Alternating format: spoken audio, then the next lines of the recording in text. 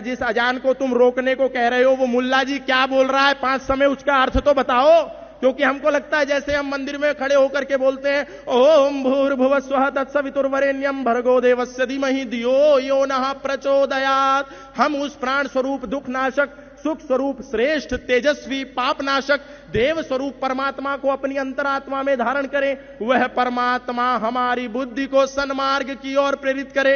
May Almighty illuminate our intellect towards the righteous path. शायद मुल्ला जी जो 5 समय बोल रहे हैं उसका भी यही अर्थ होगा कि हे मोहम्मद साहब, हे अल्लाह ताला, हम सब सुखी से रहे, हम सब एक रहे, हम सब मिलके रहे। शायद ये होगा, इसीलिए हम भ्रमित हो जाते हैं। लेकिन हम नहीं सोचते कि वो बोल क्या रहे हैं। ला इलाहा इल्लल्लाह मुहम्मदुर रसूलुल्लाह, अशहदु अल्ला इलाहा इल्लल्लाह हुआ अशहदु अन मुहम्मदन अब्दुहु व रसूलुहु।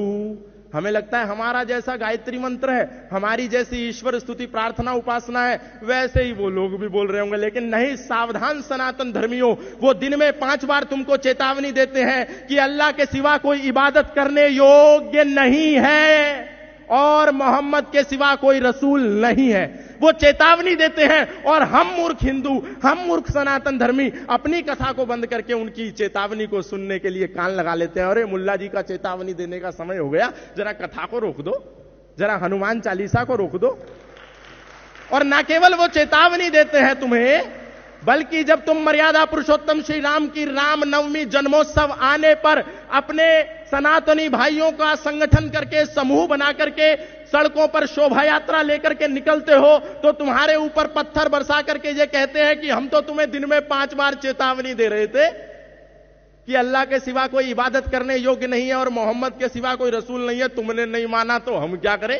तुम तो सुन रहे थे, अब लो आंसू गैस के गोले मस्जिदों के ऊपर से, मदरसों के ऊपर से, मिंबर और मीनारों के ऊपर से तुम पर बरसाए जाते हैं, तुम पर पत्थरबाजी होती है और फिर भी तुम नहीं सुधरते और कहते हो ईश्वर अल्लाह तेरो नाम सबको सन्मति दे भगवान।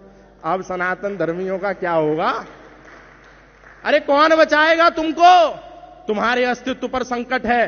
तुम्हारी भूल है कि तुम वेद को, उपनिषद को, दर्शन को, गीता, महाभारत और रामायण को कुरान की श्रृंखला में ला करके खड़ा करते हो और बार बार कहते हो कि जो कुरान कहती है वही गीता में योगेश्वर श्री कृष्ण कहते हैं। अरे सावधान हो जाओ सनातन धर्मियों और पढ़ो अपनी गीता को, पढ़ो अपने उपनिषदों को, पढ़ो अपने वेदों को, पढ़ो अपने मनुस्मृति को, पढ़ो अपनी रामायण को और पढ़ो उनकी कुरान को, पढ़ो उनकी हदीसों को, ताकि तुमको पता चले कि धर्म क्या है और अधर्म क्या है, ताकि हम लोगों को पता चले सत्य क्या है और असत्य क्या है। हमको पता नहीं चलता, हमें लगता है मुल्ला जी मस्जिद में मदरसे में कीर्तन कर रहे हैं।